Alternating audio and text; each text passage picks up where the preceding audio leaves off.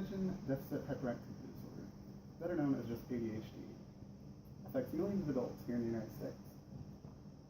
Previously assumed to be a mostly childhood ailment, in the 1970s it officially became recognized as a chronic disorder, according to Clark et al. In Internal Medicine Journal. As many as 10 million adults may be affected by this disorder, as estimated in 2009. Growing up, I always had issues with focusing on mentally taxing tasks. I struggled with schoolwork and put off homework for an entire semester at one point. After many years of struggling, I went to a doctor and explained my issues with concentration.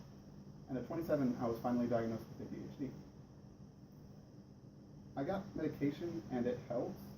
I still have issues from time to time, but my overall outlook in life is much better than it was before. Today I'm going to be discussing three main points.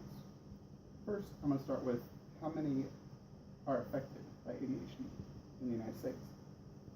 Then I'm going to give it a couple common personality traits found among those with ADHD. And finally, I'm going to list how they can present in the real world. According to Dr. Goodman in his primary psychiatry article, around 5% of adults in the United States have ADHD.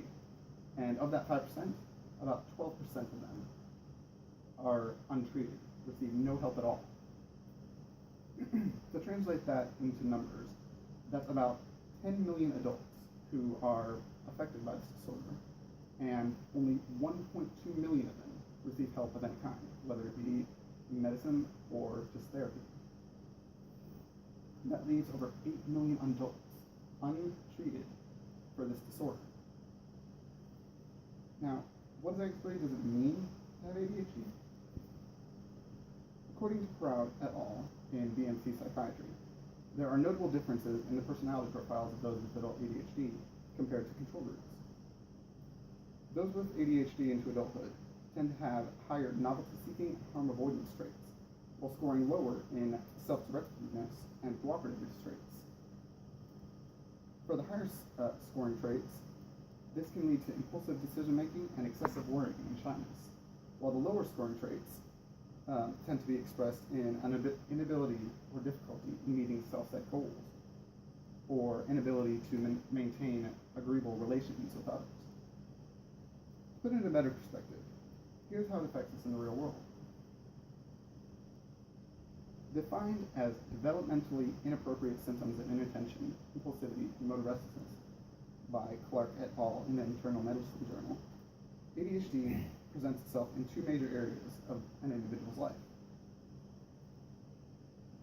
In social interaction and self-control, there are many issues for those suffering with ADHD.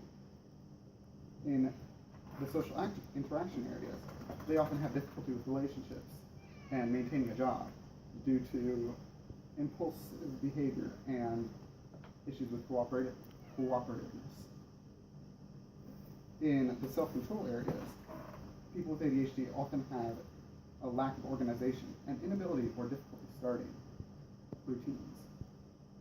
An example of this is somebody who has a steady school schedule and a steady work schedule, but can still not maintain a regular bedtime, and will stay up regularly, well past when they should.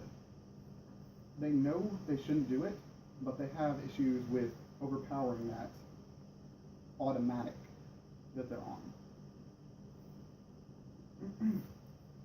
Drawing to a close, today we talked about the millions of adults affected by ADHD, what a few of the symptoms are, and how these symptoms present themselves in the real world. It is my hope to bring greater attention to the adult portion of this disorder and reach out to those who may be suffering needlessly. Medication isn't always the solution, but just identifying the problem can be the major first step towards a healthier mind and a healthier life. Thank you.